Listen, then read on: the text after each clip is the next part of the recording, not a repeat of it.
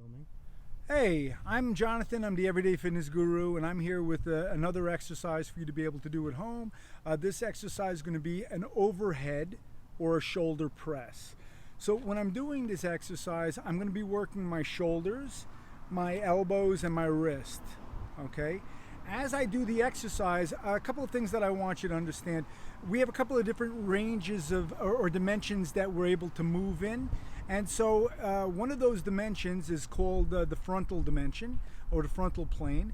And imagine if I had a wall behind my shoulders, okay? And I'm standing with my elbows against the wall, my shoulders against the wall, the back of my head against the wall, my spine against the wall, okay? If you were looking at me sideways, now imagine if that wall came more forward and was bisecting my body, dividing into a front and back half, okay? I want to stand with my arms slightly in front of that wall, so I'm bringing my arms from back to forward at a very slight angle, okay, so that I can make sure that I see my arms and my peripheral vision, okay? So what I'm doing when I do this exercise is I'm creating a lever. The lever goes from my elbow to my shoulder, okay? And right now, with my elbows slightly lower than my shoulder, that level is still pretty significant.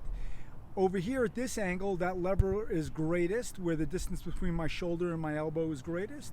As I start to bring my arms up overhead, the lever disappears to now there's actually no lever.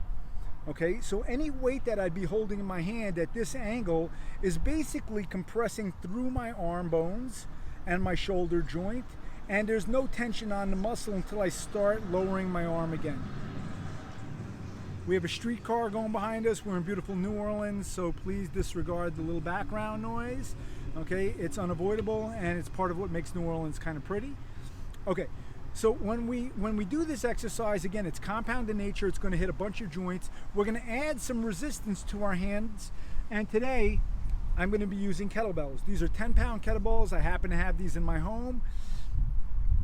But you could use anything. You could use Progresso soup cans, you can use a juice can, you could use a bucket filled with rocks, you can use a backpack.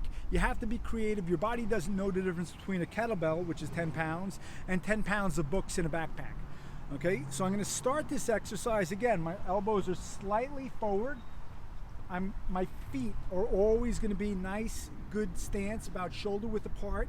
Okay, the wider my base, the more stable I have.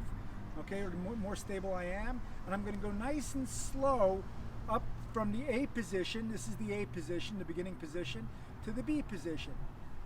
As I go up, I want to try to keep my hands over my elbows. I don't need to bring my arms to touch. I'm going to pause for a second. I'm going to come down nice and slow. And at the A position, the bottom position, I'm going to start to squeeze back up nice and slow, maintaining tension on my muscles, keeping my body from moving in ways that it doesn't need to move. I'm stabilizing my torso as my arms move, and I'm getting a lot of work. I'm feeling it in my spine, my core, my legs, my hips. Nice and slow and continuous. I'm not letting the weight stop or rest at either of the A or B points. Back up. Back down nice and slow. Back up, zero momentum, just enough to keep it moving and get it moving nice and smooth, not stopping at either A or B point. If I turn to the side and I show you the exercise on the side, things we want to avoid as we get tired. We want to avoid leaning backwards to get the weight up. We want to avoid excessive leaning forward. Whenever you're doing exercise, it's important to keep the spine in a nice, healthy, natural, anatomically correct curve. Excessive leaning or extension or extensive leaning forward or flexion can put a lot of stress on the discs in between each vertebra. So we want to be able to maintain the posture as best as possible as we're performing the exercise. Once more, the overhead press.